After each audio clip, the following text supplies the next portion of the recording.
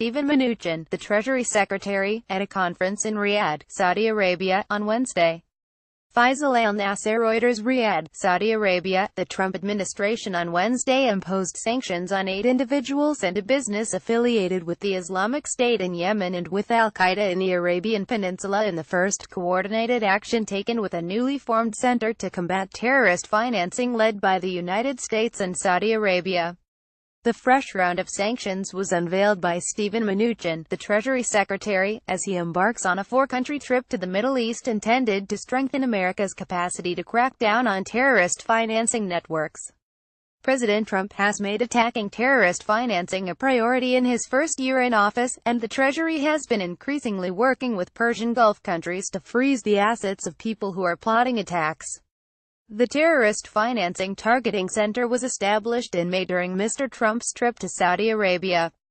Bahrain, Kuwait, Oman, Qatar and the United Arab Emirates are also members of the group, and have agreed to share information about the financing of terrorism. Our enemies have felt the effects of being blocked from the world financial system, Mr. Mnuchin said in a speech at the Future Investment Initiative Summit in the Saudi capital, Riyadh.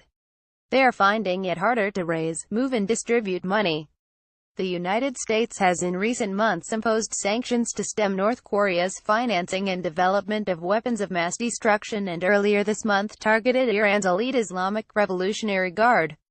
Mr. Mnuchin said he is also focused on targeting fundraising efforts that prop up the Taliban in Afghanistan and Hezbollah in Lebanon.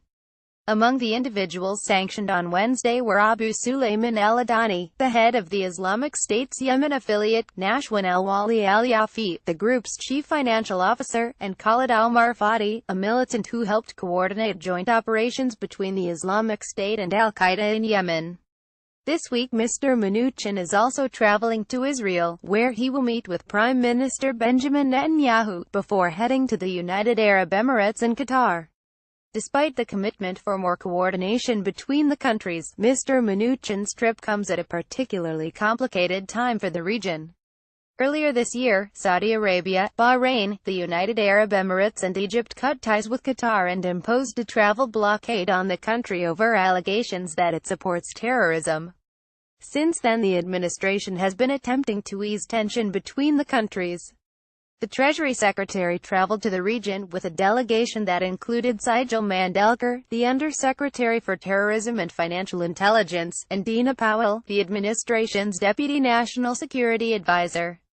Mr. Mnuchin traveled on a Boeing 737 military plane and was accompanied by his wife, Louise Linton.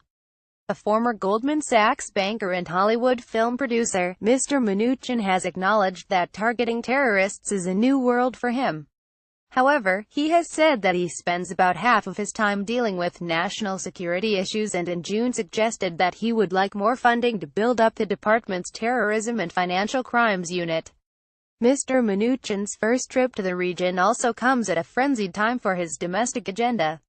He has been advising Mr. Trump as he weighs his choices for the next chairman of the Federal Reserve, and a decision is expected to come within days. Meanwhile, the Republicans in the House are expected to unveil legislation to overhaul the tax code as early as next week. Mr. Mnuchin is the administration's point person for selling the plan. International investors have been keeping a close eye on the machinations over the tax bill in the United States, and on Wednesday Mr. Mnuchin said that a coming mix of tax cuts and deregulation would soon make America's economy more competitive. It has been over 30 years since we have had comprehensive tax reform in our country, Mr. Mnuchin said.